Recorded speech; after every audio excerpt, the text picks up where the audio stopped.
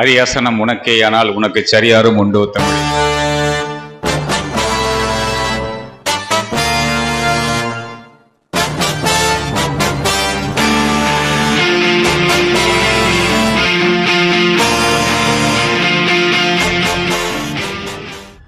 என்னென்றே கொன்றார்க்கும் ஓய்வுண்டாம் ஓய்வில்லை செய்நென்றே கொன்ற மகற்கு. எதாவது சொல்லுவாங்க அப்படின்னா அறம் சார்ந்த ஒரு குழுவினரை உருவாக்கும் முயற்சியில் ஈடுபட்டிருக்கக்கூடிய இந்த பயிற்றுவிக்கும் நிலையத்தின் மீது மிக மதிப்பு உயர்கிறது. இந்த பயிற்றுவிக்கும் நிலையங்கள் எல்லாம் எப்படி இருக்கணும் அப்படின்னு சொன்னா இப்படி இருக்கும். எந்த ஒரு செயலை செய்வதாக இருந்தாலும் பார்வையை மட்டும் கொடுப்பதாக இல்லாமல் அது தடம் பதிப்பதாக இருக்க வேண்டும். அரியாசனம் உனக்கேயானால் உனக்கு சரியாரும் உண்டோ தமிழை. அன்னை தமிழுக்கு முதற்கண் வணக்கம்.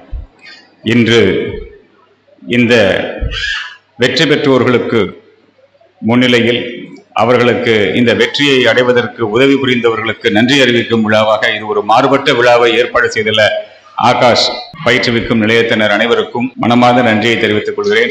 அனைவருக்கும் என் அன்பான வணக்கங்கள், காலை வணக்கங்கள். என்னென்றே கொன்றார்க்கும் ஓய்வுண்டாம் ஓய்வில்லை செய்நென்றே கொன்ற மகற்கு.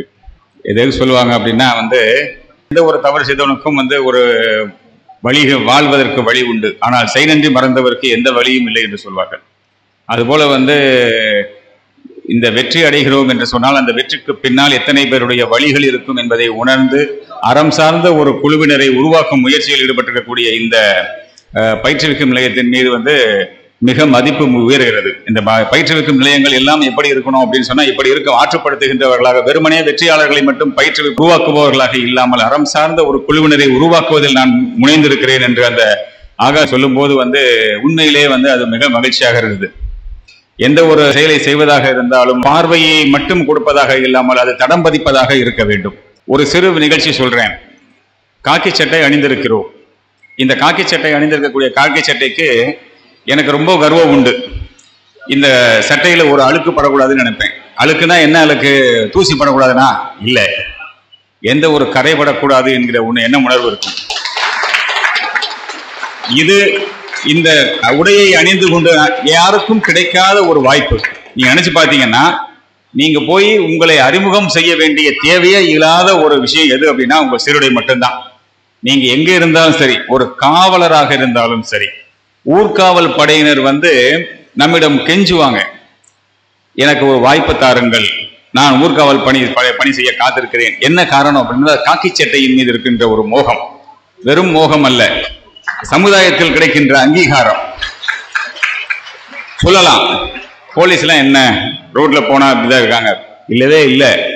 எங்கனாலும் போய் பாருங்க, சமுதாயத்தினுடைய எந்த ஒரு படிநிலையில் இருக்கின்ற ஒரு வியாபாரியாக இருந்தாலும் சரி, தெரு வியாபாரியாக இருந்தாலும் சரி, ஒரு கடை நிறுவனத்தின் உரிமையாளராக இருந்தாலும் சரி, எந்த ஒரு இடத்துக்கு நீங்க போனீங்கன்னாலும் இந்த ஊர் எஸ்ஐ வந்திருக்காரு, இந்த ஸ்டேஷன்ல இருந்து ஒர்க் பண்ணுற இன்ஸ்பெக்டர் வந்திருக்காரு, இங்க இருந்து வந்த டிஎஸ்பி வந்திருக்காரு, அந்த எஸ்பி வந்திருக்காங்க, எனக்கு அவர் தெரியும் இப்படின்னு சொல்றதுக்கு எத்தனை கோடீஸ்வரர்கள் காத்திருக்கிறார்கள் என்றது உங்களுக்கு தெரியாது. அதனால நம்ம என்ன இருக்கோம் அப்படின்னு சொன்னா நம்ம தலைகணமாக இருக்க வேண்டும்னா அப்படி இல்லை. எதை செய்ய வேண்டும் என்பதற்கான ஒரே ஒரு நிகழ்ச்சி உங்களுக்கு சொல்லணும்னு நினைக்கிறேன். இந்த பணிக்கு காவல் துணை கண்காணிப்பாளராக நான் தேர்வு செய்யப்பட்டது 2009. முதல்ல ஒரு 2 வருஷம் திருப்பூர் துணை காவல் கண்காணிப்பாளராக அந்த பணி புரிந்திருக்கிறேன். அடுத்த ஒரு 2 வருஷம் சிதம்பரம் காவல் துணை கண்காணிப்பாளராக ஒர்க் பண்ணியிருக்கிறேன். இந்த மாவட்டத்தில் இருந்தவர்களுக்கு தெரியும், அந்த 2 ஆண்டு காலம் முடிச்சு அதன் பிறகு தாளையத்தில் போய் வேலை செய்கிறேன். ஒவ்வொரு இடத்திலும் ஒவ்வொரு விதமான வேலைகள் செய்து ஒரு சிறப்பான பெயர்கள் வாங்கியிருக்கிறோம், அந்த தடம் பதித்திருக்கிறோம் என்ற திருப்தி இருந்தாலும் ஒரு சில பணிகள் செய்யும் போது கிடைக்கின்ற மகிழ்ச்சி வேற எதுலையுமே கிடைக்காது. தாளையத்தில் ஒரு பெரியவர், 65 வயது பெரியவர், அவரும் அவருடைய மனைவி அவங்களும் 60 வயதை கடந்தவர்கள். இருவரும் 2 மாத காலமாக மாவட்ட ஆட்சியர் அலுவலகத்திற்கும் மாவட்ட வருவாய் அலுவலகத்திற்கும் வட்டாட்சியர் அலுவலகத்திற்கும் வருவாய் கோட்டாட்சியர் அலுவலகத்துக்கும் சென்று கொண்டே வந்து கொண்டிருக்கிறார்கள். எதற்காக என்று சொன்னால் ஒரு மனுவை கையில் ஏந்தி கொண்டு தங்களுடைய இடத்திலே 12 ஏக்கர் அவர்கள் 2 பேருமே வங்கியிலே மேலாளராக பணிபுரிந்து ஓய்வு பெற்ற முதுகுடிமக்கள். அவங்க 2 பேருடைய குருவி போல் அவர்கள் சேர்த்த அந்த பணத்தை எல்லாம் திரட்டி சேர்த்து வைத்த ஒரு சொத்து 12 ஏக்கர் இருக்கக்கூடிய ஒரு தோட்டம். அந்த தோட்டத்திலே அந்த ஊரினுடைய ஊராட்சி மன்ற தலைவர் ஒருவர் என்ன செய்யறாரு, இவங்களுடைய ஃபென்சிங் போட்ட மீன் வேலி, இவங்க போட்ட வேலியை உடைத்து அந்த வேறொரு நிலத்திலிருந்து நீர்மூழ்கி மோட்டாரை போட்டு அதிலிருந்து பைப்பை எடுத்துட்டு வந்து இவங்க நிலம் வழியாக அவற்றை அந்த பைப்பை வந்து பதித்து அவருடைய இடத்துக்கு கொண்டு போய் வாழைத்தோட்டத்துக்கு தண்ணீர் பாய்ச்சினார். என்ன விஷயம் அப்படின்னா, இவர்களுடைய வேலியை பிச்சு எழுதிட்டாங்க, இவங்களுடைய இடத்த பைப்பை அவர் போட்டு யூஸ் பண்றார். இதற்கு ஏன் வந்து என்னுடைய இடத்துல வந்து இந்த மாதிரி பண்றீங்களே அப்படின்னு கேட்டா, நான் அப்படிதான் பண்ணுவேன், உன்னால என்ன செய்ய முடியும் அப்படின்னு கேட்கிறார்.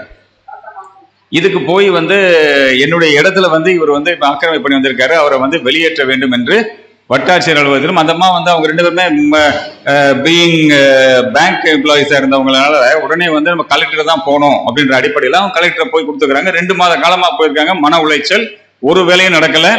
ஒரு கேள்வி மட்டும் கேட்டிருக்காரு அந்த மாவட்ட ஆட்சியர், அந்த நிலத்துல தானே போகுது, உன் மேலையா போகுது அப்படின்னு கேட்டிருக்காரு. ஸோ இதுவும் வந்து அவங்களுக்கு மன உளைச்சலை கொடுத்து 2 மாத காலங்கள் இருவருக்குமே தூக்கம் இல்லை.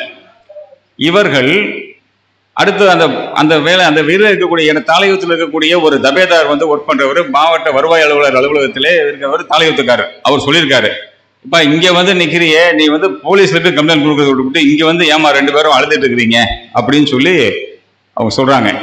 நீங்க தாளையூத்து போங்க அப்படின்னு சொல்றாங்க. அப்பயும் அந்த பெரியவர்களுக்கு என்னன்னா, எப்பயுமே வந்து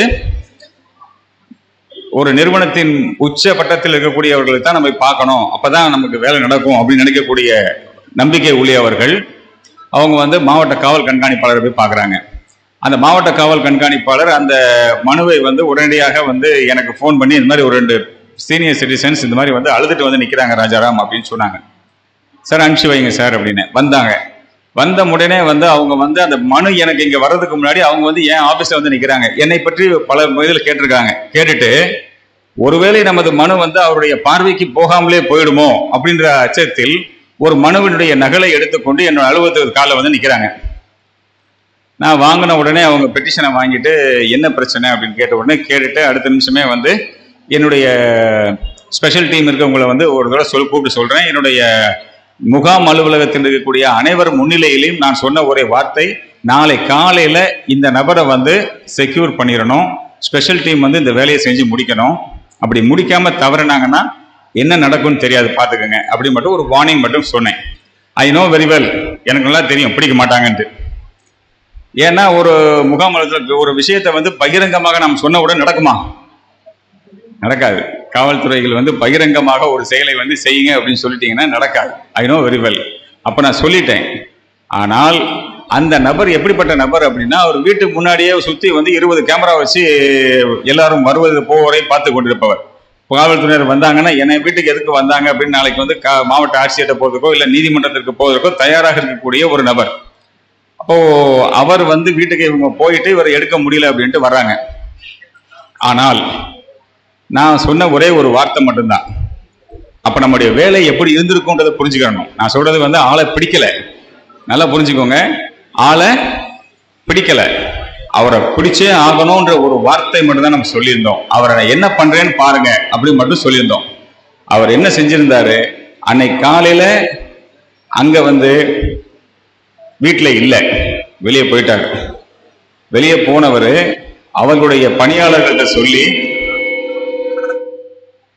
அந்த பணியாளர்கள் அந்த ஃபென்ஸ் பண்ணதை மீண்டும் போட்டு அந்த பைப்பெல்லாம் ரிமூவ் பண்ணிட்டு அந்த பைப் ரிமூவ் பண்ணுறதையும் வேலி அமைத்ததையும் புகைப்படம் எடுத்து அதை வீடியோ பதிவு எடுத்து ஒரு குறுந்தட்டில் பதிவு செய்து அதை கொண்டு வந்து எங்கள் ஆஃபீஸில் வந்து கொடுத்துட்டு ஒரு காப்பியை வந்து அந்த அம்மாவுக்கு அவங்க வீட்டில் போய் 9:15 கொடுத்துட்டு 10 மணிக்கு வந்து டிஎஸ்பி வர சொல்லியிருக்காரு.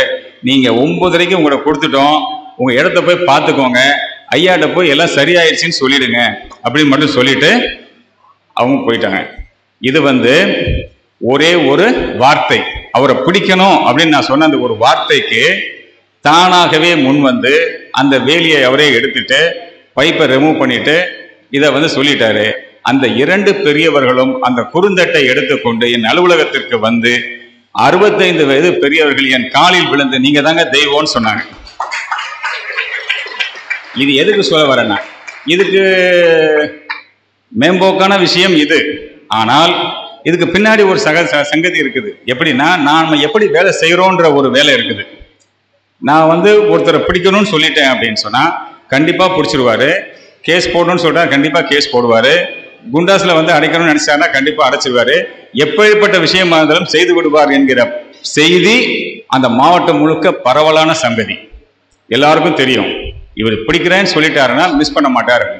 நம்பினால் நம்புங்கள், அந்த நபர் நான் தாளையூத்துல வேலை செய்யற வரைக்கும் அந்த ஊர்லயே இல்லை. கோயம்புத்தூர் போனவர் திரும்பி வரவே இல்லை. நான் சேரமாதேவிக்கு போனதுக்கு அப்புறம் தான் அங்க வந்தார். இது எதுக்கு சொல்றேன் அப்படின்னா, நீங்கள் பணியாற்றுகின்ற பாங்கினை தீர்மானிப்பது நீங்கள் மட்டும்தான். நாம எப்படி வேலை செய்யணும் அப்படின்றத வந்து தீர்மானிப்பது நாம் மட்டும்தான், வேற யாரும் இல்லை. நாம நினைச்சுக்கிட்டு இருப்போம் அவங்க சொல்லி செய்யறோம், இவங்க சொல்லி சரியான செய்தியை செய்வதற்கு வேறு எவரிடமும் உத்தரவு பெற வேண்டிய தேவையே இல்லை என்பதை முதல் மனதில் நிறுத்திக் கொள்ள வேண்டும். அது உங்க யாருக்கும் இல்லாத போது மட்டும்தான் அது வந்து உங்களுடைய செயல்பாட்டினை வினாக்குள்ளாக்கும், கேள்விக்குள்ளாக்கும். எப்பயுமே நாம செய்கிற சரியான செய்தியைத்தான் செய்யறோம், சரியான செயலைத்தான் செய்கிறோம் என்கிற நம்பிக்கை நமக்கு இருக்கும் பொழுது, நாம் கற்ற கல்வி நமக்கு வழிகாட்டும் போது அந்த மனதின் குரலை ஏற்றுக்கொண்டு அறம் சார்ந்த செயல்களை செய்வதற்கு நாம் என்றும் தயங்கக்கூடாது. அந்த தயக்கம் என்றைக்கு வருகிறதோ, அவர் சொல்லித்தான் செய்ய வேண்டும், இவர் சொல்லித்தான் செய்ய வேண்டும் என்கிற எண்ணங்களுக்கு நீங்கள் ஆட்பட்டீர்கள் என்றால் உங்கள் முதுகு நிமிர்ந்து நிற்காது, வளைந்து விடுவீர்கள். வளைந்த மனிதர்களால் சிறப்பான செயல் செய்ய முடிய இயலாது என்பது மாற்று கருத்து இல்லை. எனவே எந்த இடத்துல செய்தாலும் நேர்மையான எண்ணங்களை வைத்துக் கொள்ளுங்கள். இன்றைக்கெல்லாம் வந்து அரசு அலுவலர்களுக்கு வந்து நல்ல ஒரு ஊதியம் தரப்படுகிறது. நல்ல ஊதியம் தருகிறார்கள். ஒரு குடும்பத்தை ஒரு கண்ணியமாக நடத்துவதற்கு தேவையான அளவிற்கு ஊதியம் தரப்படுகிறது. நமக்கெல்லாம் வந்து வீடு வசதிகள் செய்து கொடுக்கிறார்கள், குவார்டர்ஸ் வசதிகள் செய்து கொடுக்கப்படுகிறது, வாகன வசதி செய்து கொடுக்கப்படுகிறது. இது எல்லாம் இருக்கும்போது நாம வந்து வேறு வேறு விஷயங்களுக்கு ஆசைப்பட்டோம் என்று சொன்னால் அது அன்றைய தேவையை வேண்டுமானால் பூர்த்தி செய்யலாம். நல்லா சொல்றேன் ஒரு விஷயம். சில பேர் வந்து சொல்லுவோம், எல்லாம் நான் நல்லா தான் இருக்கிறேன், எனக்கு ஏன் இப்படி நடக்குது அப்படின்னு சொல்லுவோம். எனக்கு ஏன் இப்படி நடக்குது நீங்க நிறைய பேர் சொல்லுவாங்க, நீங்க கேட்கலாம், கம்மக்ராஸ் பண்ணியிருக்கலாம். வாழ்க்கையில் வந்து நான் நல்லா இருக்கிறேன், என் பிள்ளைகளை நான் நல்லதானே செய்கிறேன், ஆனால் எனக்கு ஏன் இப்படி நடக்குது அப்படின்னா அவர்களுடைய முன்னோர்கள் செய்த விஷயங்களையும் எல்லாத்தையும் பார்த்தீங்களா, கணக்கு வழக்கு, கடவுள் கணக்கு வழக்கு எதுவுமே தவறாது. என்றைக்கும் தவறுகள் நடக்கும் போது, வீட்டில் ஒரு பெரிய துயரங்கள் நடக்கும் போது நம்ம சொல்லுவோம், எனக்கு ஏன் இது நடந்துச்சு அப்படின்னு சொன்னா நாம் செய்த நல்ல செயல்களும் கெட்ட செயல்களும் அதோடைய கர்மா வந்து சரியா வந்து நிற்கும். எப்பயுமே வந்து நாம வந்து கர்மா நம்மளை விட்டுவிடும் அப்படின்னு நினைப்பே கிடைய வேண்டியதே இல்லை. அன்றைக்கு வேண்டுமானால் பார்ப்பதற்கு பச்சை பயிர் பேசுமையா வந்த மாதிரி இருக்கும். ஆனா நம்முடைய சந்ததியினர் நன்றாக இருக்க வேண்டும் என்று சொன்னால், நாம் மன மகிழ்ச்சியோடு இருக்க வேண்டும் என்று சொன்னால், அறம் சார்ந்த வாழ்க்கை மட்டும்தான் நமக்கு வந்து வழிகாட்டும். அது மட்டும்தான் மனதை மகிழ்ச்சிப்படுத்தும். அந்த மகிழ்ச்சி மட்டும்தான் நிரந்தரமாக இருக்கும். மற்ற எதுவும் வந்து உங்களுக்கு மகிழ்ச்சியை தருவதாக இருந்தாலும் அது அன்றைக்கு அவ்வப்போது கொடுக்கின்ற மகிழ்ச்சியாக மட்டுமே இருக்குமே ஒழிய நிறைத்த நீடித்த மகிழ்ச்சியை அந்த அறம் அற்ற விஷயங்களினால் வரக்கூடிய ஊதியமோ அல்லது ஒரு செயல்களோ நிச்சயம் கொடுத்ததாக வரலாறு இல்லை.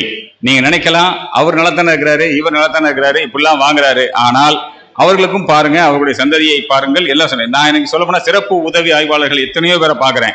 அவர்கள் வந்து காலையில சாப்பாடை கட்டிட்டு வந்து காவல் நிலையத்திலே உணவு உண்டு விட்டு சாயந்தரம் இரவு எவ்வளவு நேரம் ஆனாலும் லேட்டா வந்து வீட்டுக்கு போற சிறப்பு காவல் ஆய்வு உதவியாளர்கள் 53, 58 வயதானவர்கள் எல்லாம் அவருடைய பிள்ளைங்கெல்லாம் வந்து ஃபாரின்ல வேலை பார்க்குறாங்க. அவர்கள் வந்து இவங்களை வந்து விஆர்எஸ் கொடுத்துட்டு வந்திருப்பா அப்படின்னு கூப்பிடுறாங்க. அது போன்ற ஒரு செயல்கள் எல்லாம் வந்து நல்ல விஷயங்கள் சார்ந்து செல்பவர்களுக்கு நடந்து கொண்டுதான் இருக்கிறது.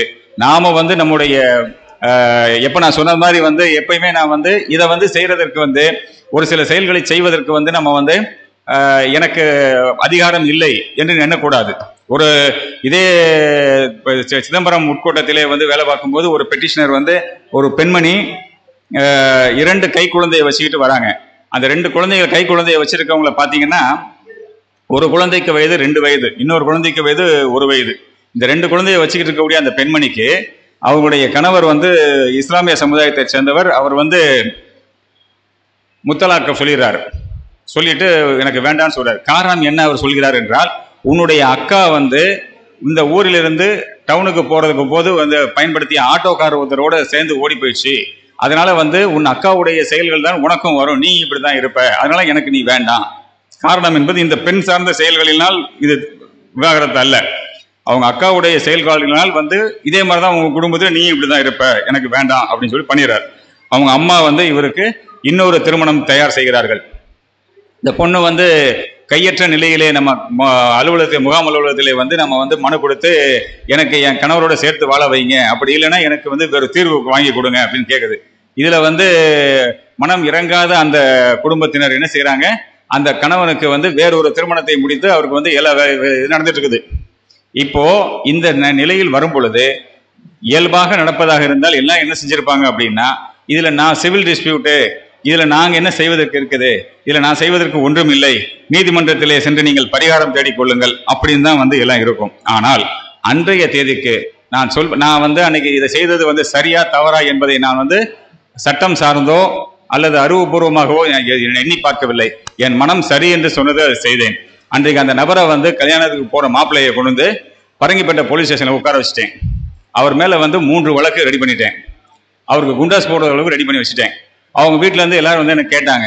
ஒரு 100-150 பேருக்கு மேல இஸ்லாமியர்கள் வந்து ஸ்டேஷன் பண்ணி வந்து திரண்டு நின்னாங்க. அப்போ நான் சொன்ன வார்த்தை, அவர் மேல புகார் இருக்குது, ஜெயிலுக்கு போறாருங்க, வேற ஒன்றும் சொல்றதுக்கு இல்லைங்க, அது மட்டும் தான் சொன்னேன். வேற எதுவுமே நான் பேசல. அவர் மேல புகார் வந்திருக்குது, நான் வந்து வழக்கு பதிவு செய்திருக்கிறேன், நீதிமன்ற காவலுக்கு ஆட்படுத்த இருக்கிறோம், அது மட்டும் தான் சொன்னேன். அவங்க அதுக்கப்புறம் வந்து அவங்க சமுதாய பெரியவர்களிடம் வந்து பேசினார்கள். என்ன செய்யணும்னு சொல்லுங்க சார் அப்படின்னாங்க. அந்த பொண்ணுக்கு தீர்வு கொடுக்க முடிஞ்சா நீங்க கொடுங்க, அப்புறம் வேணா பரிசீலிக்கலாம் அப்படின்னு சொன்னதுக்கு அப்புறம் அன்றைக்கு காலையில திருமணம் நடக்க வேண்டிய நேரத்தில் ஆடு வெட்டி ஆடு வந்து கொதிச்சிட்டு இருக்குது. அந்த நேரத்தில் அந்த பொண்ணுக்கு 5 லட்சம் ரூபாய் பணம் கொடுக்கணும் சொன்னோம், ஏத்துக்கிட்டாங்க. அந்த குழந்தைகளுக்கும் இந்த பொண்ணுக்கும் வந்து அரை ஏக்கர் 1.5 ஏக்கர் நஞ்சை நிலம் வந்து அவங்கள்ட்ட வந்து எழுதி கொடுக்கணும். அதை இப்பவே வந்து ரெஜிஸ்டர் பண்ணி கொடுக்கணும் அப்படின்னு சொன்னோம். 12:15 மணிக்கு ரெஜிஸ்ட்ரேஷன் நடந்தது. 1 மணிக்குள்ள பணம் பட்டுவாடா செய்யப்பட்டது. 2 மணிக்கு அப்புறம் தான் வந்து அவரை திருப்பி வெளியே அனுப்பிவிட்டு 3 மணிக்கு 4 மணிக்கு மேல அவங்களுக்கு கல்யாணம் நடந்துச்சு. கல்யாணம் நடந்து விட்டது. ஆனால் அந்த பெண்ணுக்கு வாழ்வியல் உத்தரவாதம் என்று சொல்லக்கூடிய 5 லட்சம் ரூபாய் ஒரு தொகையை வாங்கி கொடுத்ததும், அது இன்னைக்கும் வந்து 1.5 ஏக்கர் நிலம் வந்து நஞ்சை நிலம் அவங்களுக்கு வந்து நெல் விளைகின்ற நிலம் வந்து அவங்களுக்கு வாங்கி கொடுத்ததும் அன்றைக்கு என்னுடைய பணி சார்ந்து என்னால் செய்ய முடிந்தது. இந்த வேலையை வேற யாரும் வந்து நீதிமன்றத்திலோ இல்ல வேற யாருமோ வாங்கி கொடுக்க முடியுமா அப்படின்னா நிச்சயமாக இயலாது. நான் சொல்றேன், இமிடியட் ஜஸ்டிஸ் சொல்லக்கூடிய துரிதமான நீதியை வழங்குகின்ற ஒரு இடம் வந்து இதற்கு நான் காவல் துணை கண்காணிப்பாளராகத்தான் இருக்க வேண்டும், நான் வந்து ஒரு கண்காணிப்பாளராகத்தான் இருக்க வேண்டும் என்பதெல்லாம் அல்ல. நல்ல விசாரணை மனு ரசீதை விசாரிக்கக்கூடிய ஒரு தலைமை காவலராக கூட இதை வந்து நிச்சயமாக செய்ய இயலும். ஆக நம்ம அந்த அத்தகைய நீதியை வழங்குகின்ற, அதாவது முறை செய்து காப்பாற்றும் மன்னவன் மக்களுக்கு இறை என்று வைக்கப்படும் என்று வள்ளுவர் சொல்லுவார். எவன் ஒருவனுடைய குறைகளை தீர்த்து களைந்து அவர்களுக்கு நல்லதை எவர்கள் செய்கிறார்களோ அவன்தான் அவர்களுக்கு கடவுள் என்பதை நான் ஏற்கனவே அந்த சம்பவத்தின் வாயிலாகவும் சொன்னேன். அந்த தீர்வினை கிடைத்த அந்த பெரியவர்கள் இருவரும் லிட்டரலா வந்து கண்ணீர் சிந்தி உங்களிடம்தான் கடவுளை பார்க்கிறோம் என்று நம்ம காலில் விழுறாங்க அப்படின்னு சொன்னா, அந்த இஸ்லாமிய சகோதரி இந்த பெண்மணி இந்த 8 ஆண்டுகளுக்கு அப்புறம் நான் அன்னைக்கு பார்த்த பெண்மணி இன்றைக்கு அந்த பையனோட என்ன வந்து பார்த்தாங்க. நீங்க கொடுத்த அன்னைக்கு ஏற்பாடு செஞ்ச விஷயத்துல நான் வந்து நல்லா இருக்கிறேன், நல்லா சாப்பிட்டுக்கிறேன் அப்படின்னு சொல்லி இன்னைக்கு அதை வந்து பாக்குறாங்க. அப்படின்னா எந்த இடத்தில் நம்முடைய நீதி வழங்குகின்ற முறை வந்து எப்படி இருக்குது அப்படின்னா, நீதி வழங்குகின்ற கடவுள்களாகத்தான் காவலர்களும் காவல் அதிகாரிகளும் இருக்கின்றார்கள் என்பது மாற்று கருத்து இல்லை. அதை மனதில் இருத்தி கொண்டு நீதி வழங்குபவரே இறைவனாகிறார். நீங்கள் எல்லாம் இறைவனாக இருக்கின்றீர்கள். இறைவனாக இருப்பவர் குறை உள்ளவராக இருக்கக்கூடாது, இறைவனாக இருப்பவர் குற்றம் புரிபவராக இருக்கக்கூடாது, உங்களுடைய காக்கி சட்டைக்கு உங்களால் ஒரு களங்கம் வந்துவிடக் கூடாது என்ற அறம் சார்ந்த கருத்துக்களை கையில் ஏந்தி கொண்டு அளப்பரிய பணிகளை சாதனைகளை செய்வதற்கு நீங்கள் செய்ய தயாராக இருந்தால் வானம் உங்களுக்கு வசப்படும் என்று சொல்லி வாய்ப்புக்கு நன்றி கூறி விடைபெறுகிறேன். நன்றி, வணக்கம்.